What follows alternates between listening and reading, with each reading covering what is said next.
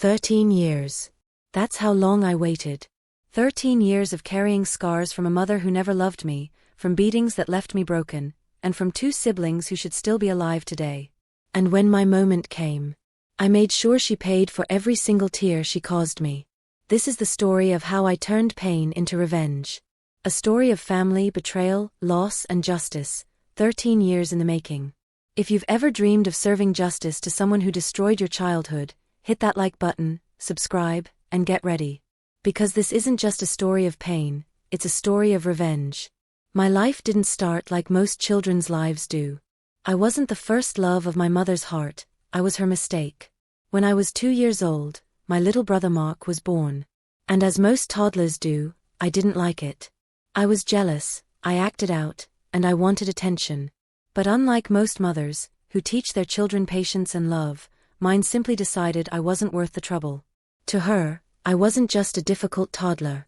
I was, in her exact words, a demonic hellspawn. And with that label, she gave up on me. She tossed me aside, like old clothes that didn't fit anymore, leaving me to be raised by my grandparents. They became my real parents. They taught me kindness, respect, and how to love. But no matter how hard they tried, they could never erase the wound of being abandoned by my own mother. Years passed.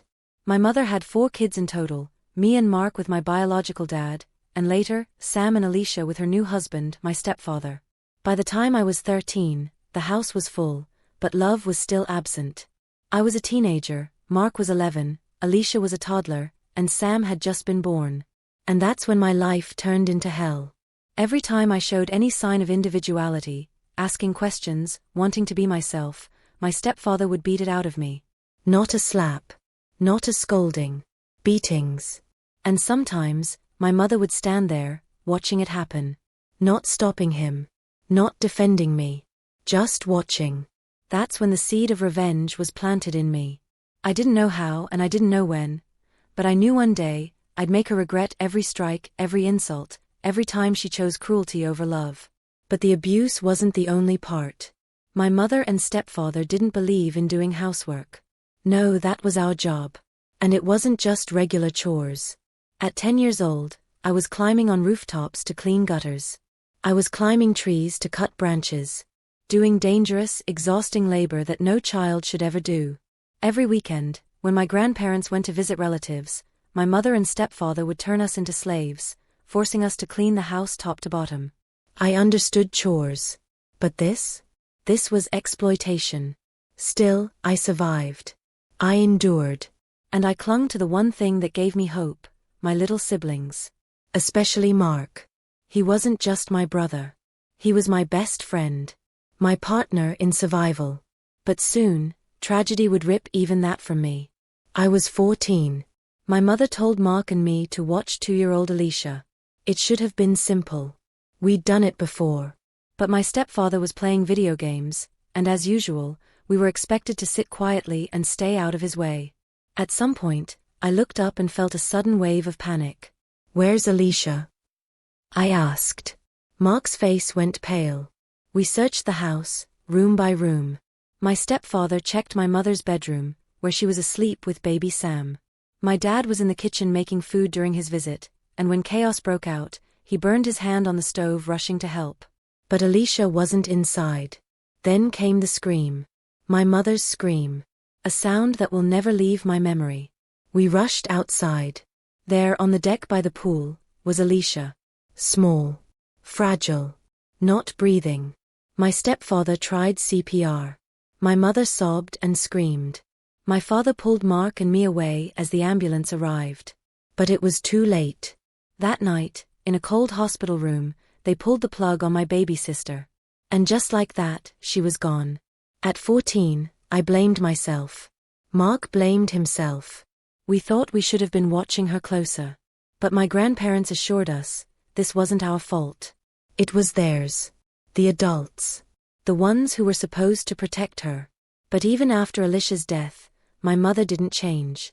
Child Protective Services got involved. There was a custody battle. For a short time, my dad actually won custody. But in the end, my grandparents sided with my mother. And she got us back. That was her second mistake. Because after Alicia's death, I wasn't just a grieving brother. I was someone who had made a silent vow. If my mother could take away what I loved most, then I would take away everything that kept her standing. One piece at a time. And I would wait as long as it took. That night, I learned two things. 1, that my mother's neglect could kill. And 2, that revenge would be my only justice. But Alicia's death was only the beginning. Because just a few years later, I would lose Mark too. And that's when my revenge truly began. I told you how my baby sister Alicia drowned at just 2 years old because of our mother's neglect. That tragedy broke me and my brother Mark, but instead of changing, my mother dragged us back under her control. I swore that day I'd get my revenge. And just a few years later, life gave me the final straw. By the time I was 18, I thought things were starting to look up. I was almost out of high school, dreaming about my future. Mark was 15, still my closest friend, even after everything. But one day, my grandfather picked me up from school. And I'll never forget the look on his face.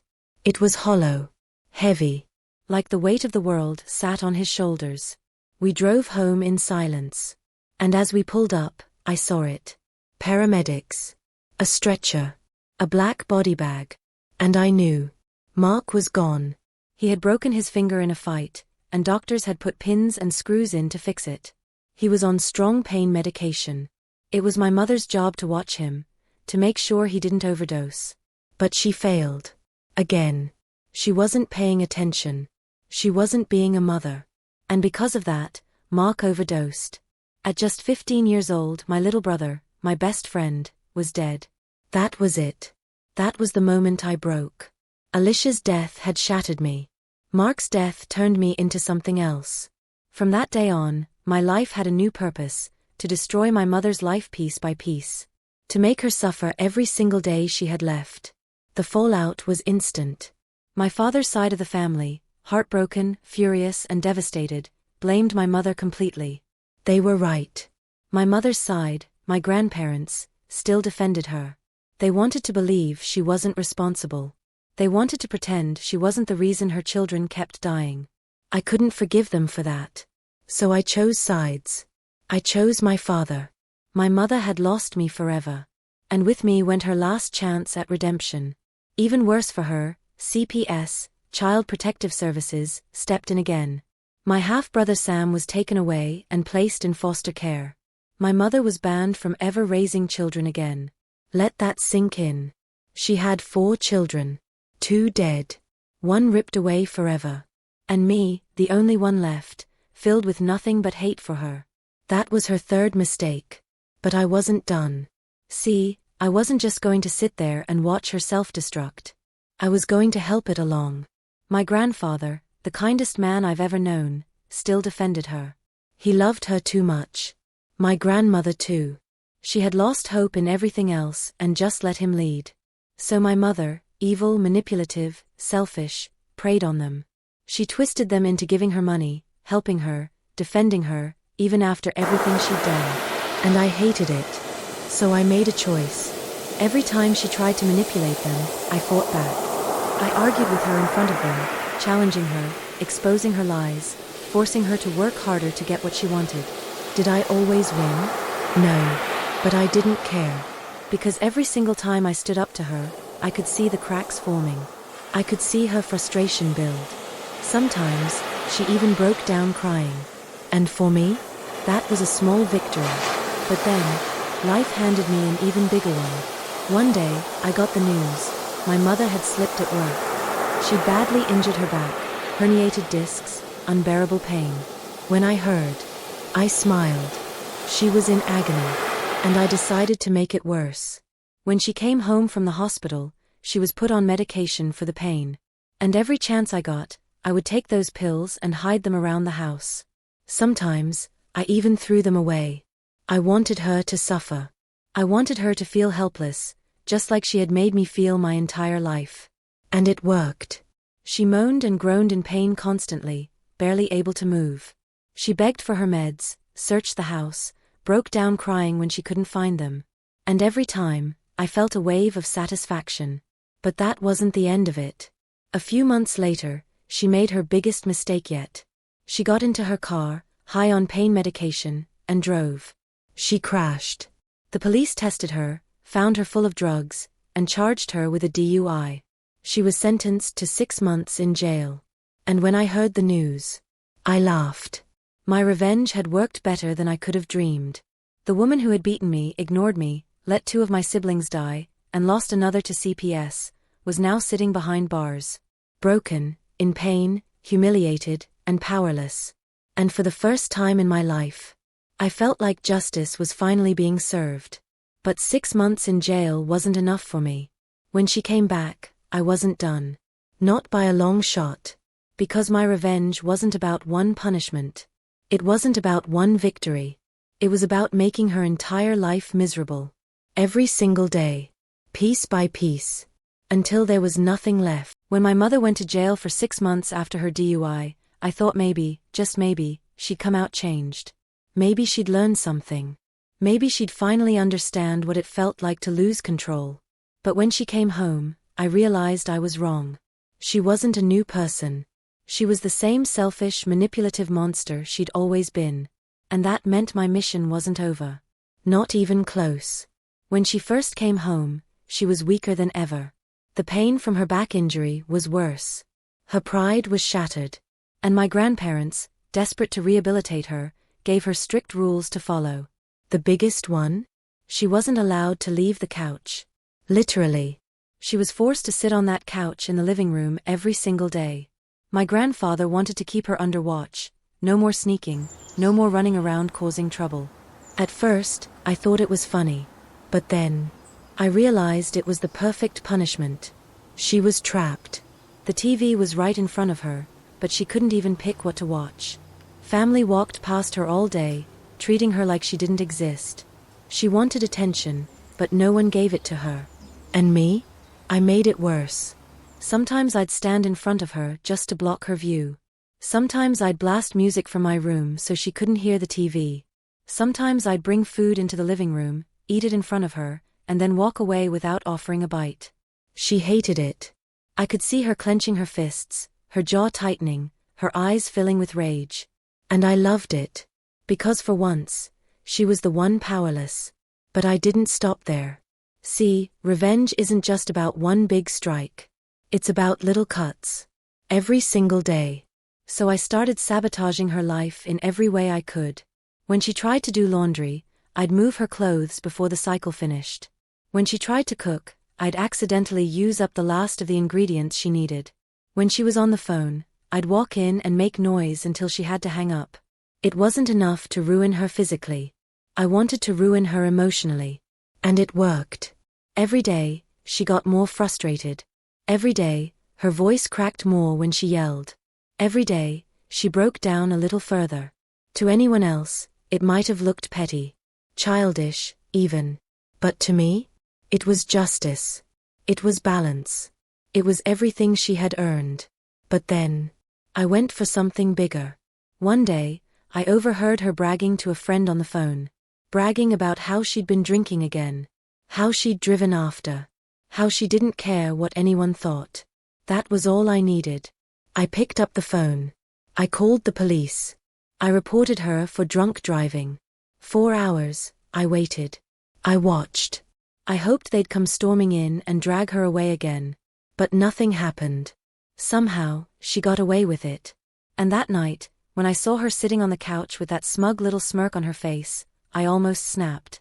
Almost. But then I remembered something. Revenge isn't always about what happens today. It's about patience. It's about waiting for the perfect moment. And I knew, her time would come. The more I watched her, the more my hatred grew. Because while I was working, studying, trying to build a life, she was doing nothing. Absolutely nothing. She contributed nothing to the house. She gave nothing back to the people supporting her.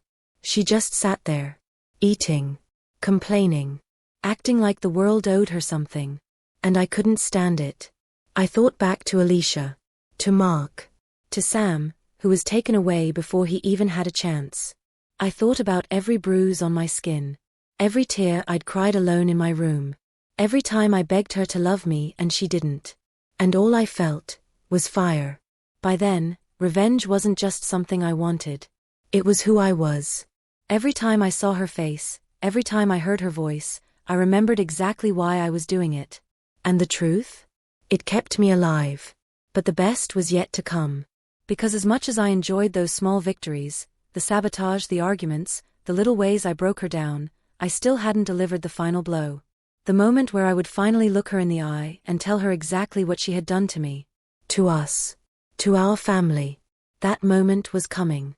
And when it arrived, it would be brutal. By now, I had spent years breaking my mother down piece by piece. Her health was gone. Her pride was gone. Her so-called friends had abandoned her. She had nothing left but the couch she was chained to and the poison inside her own heart. But even after all that, there was one last thing I had to do.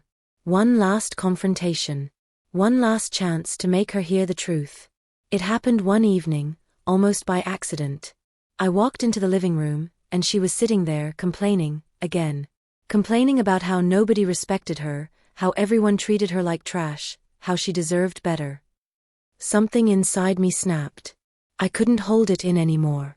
I couldn't listen to another word. So I walked right up to her, and let everything out. You deserve nothing, I told her.